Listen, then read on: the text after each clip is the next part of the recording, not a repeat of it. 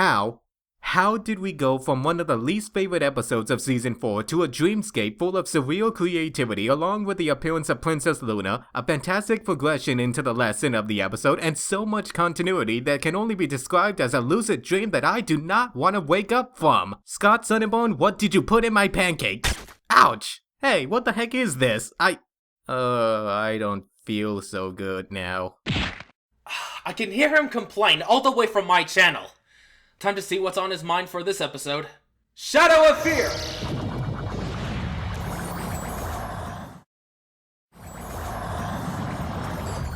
Well, that was easy. I wonder where record it. What are you doing? Hey, I can dream, can't I?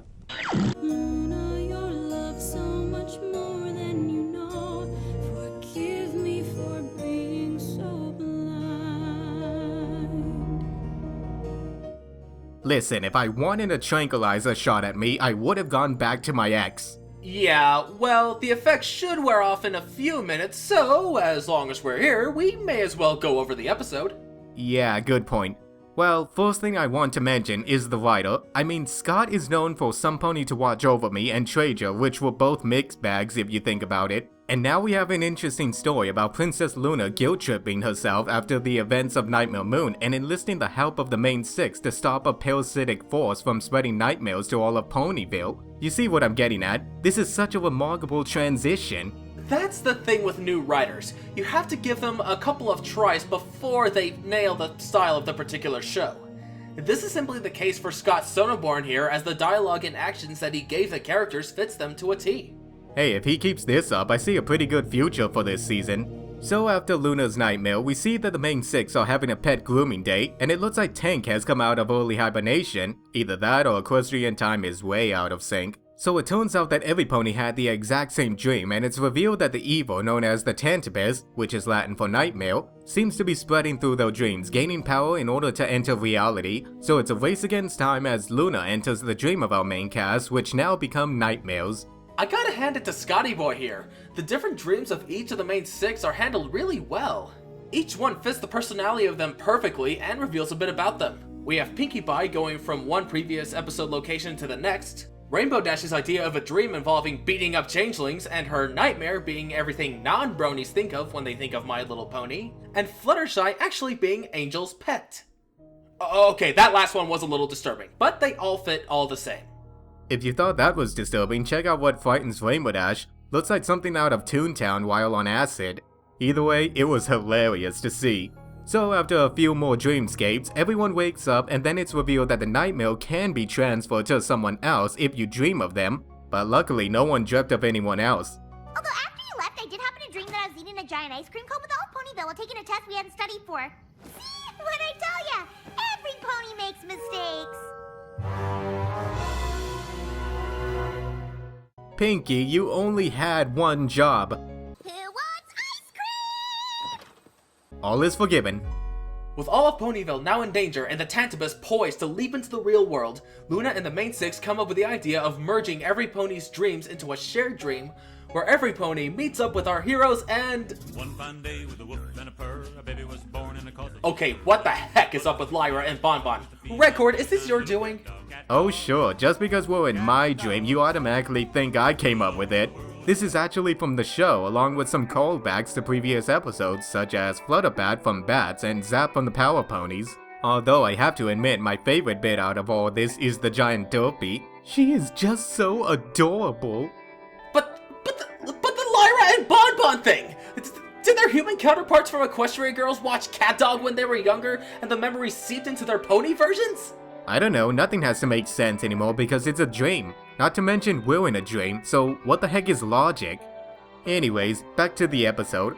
I found this scene to be absolutely hilarious in its execution. We see that every pony in Ponyville lending a hoof to stop the Tantibes by utilizing the dream sequence to their advantage, and I understand the complaints that this is just fan pandering again like Slice of Life, but in all honesty, this is the only way this whole sequence of events would make sense. I mean, when are we ever going to see something as hilarious as this in the show?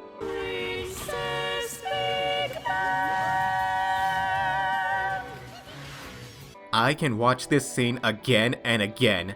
My favorite part about dream-related episodes is that it allows the dreamer to step out of the boundaries of the natural world and into their point of view of the world. Okay, so batshit craziness aside, it turns out that the Tantibus has actually become too powerful and is about to enter the real world in the most symbolically ironic way possible. Seriously, did they outsource this moment to Hayao Miyazaki?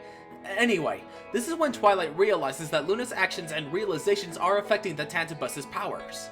Luna reveals that she created the Tantibus to remind herself of the damage she caused as Nightmare Moon.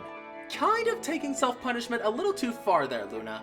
Yeah, I mean, it's one thing to be reminded of a particular event you don't wish to relive again, but purposely giving yourself nightmares as a permanent score of your past mistake is more than just a punishment, it's a lifetime of misery. Luckily, Luna understands that in order to stop the nightmare from hurting anyone else, she must learn to forgive herself before helping others. A good note to a fantastic episode. So it's time for our final thoughts, and Oblivion, you can go first. As far as a Luna episode goes, this made a lot of sense as the next step in her journey to coming to grips with her past. She would do something like this, and the way she resolved the conflict finally gave her something resembling peace. I'm interested to see what they'll do with her from here on out. As for everything else in this episode, this was creativity at its most raw form. Every moment of screen time had something either visually or ironically memorable, and it was an absolute blast. While I can see some people being annoyed by the repetitive elements, that doesn't take away from the enjoyment of this episode at all, in my opinion. I'm gonna give this episode a B+. This episode to me was very reminiscent of Bloom and Gloom, as Luna is dealing with her own shadow of the past coming back to haunt her. We got some interesting development for Princess Luna, and the visuals were very creative, though the pacing was a bit slow and fast at times. As you said, Oblivion, the only issue with the episode is its constant reminder to the audience of the matter at hand. Yes, we know you need to stop the Tantibus, and it keeps getting stronger, so do something about it. Other than that, I enjoyed the episode. It might not be the best in its overall structure, but it's worth 8 out of 10, just so long as we get more Luna episodes that aren't about her past, but more towards her character outside of being a princess. Well, I think the effects should be wearing off by now, so I may as well head out. Thanks for the help, but next time, don't use the tranquilizers. No promises. So, you want me to wake you up? Nah, I'm gonna have a little fun here for a while. Okay, catch you later. Shadow of Fear! Now it's time to finish what I started. Now, I know this is my dream, but this is your nightmare, you little brat. Burn the witch! Burn the witch! Burn the witch! Luna, you have guided me home.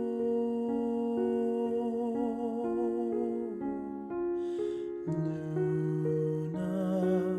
you have calmed my fears. Princess, I give my thanks to you.